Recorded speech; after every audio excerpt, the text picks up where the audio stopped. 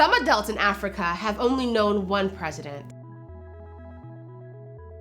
So we looked at some of the tactics that have been used during the presidential campaigns to extend presidential terms in Uganda, Democratic Republic of Congo, and Gambia. First, arrest your opponent. During the presidential election campaign in Uganda this year, President Museveni's main opposition, Kizza Besigye, was arrested on several occasions. He was accused of violating public order laws for attempting to hold rallies without the government's permission, and was also placed on house arrest after the election in February.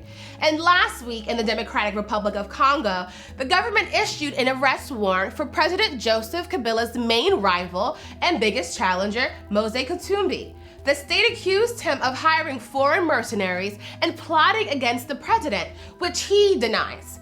A guilty verdict, of course, goes without saying, would effectively end Katumbi's presidential campaign. And in Gambia, the presidential election is scheduled for December of this year, but in April, security forces arrested main opposition leader to President Yahya Jammeh, Ousseynou Darbo.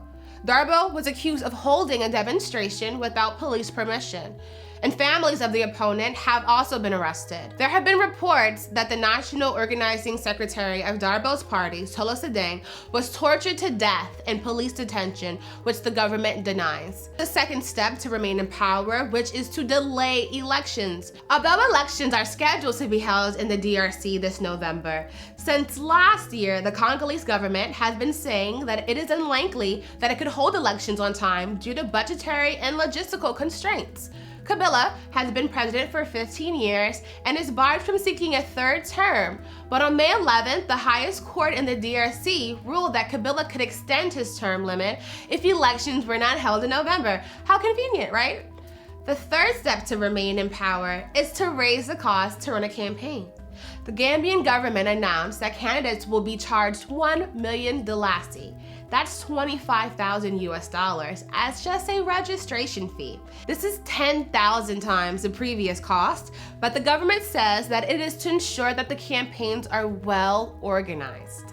And the next step is to shut down social media, the media, and any other way citizens can voice their opinion. On election day in Uganda this year, social media was completely shut down.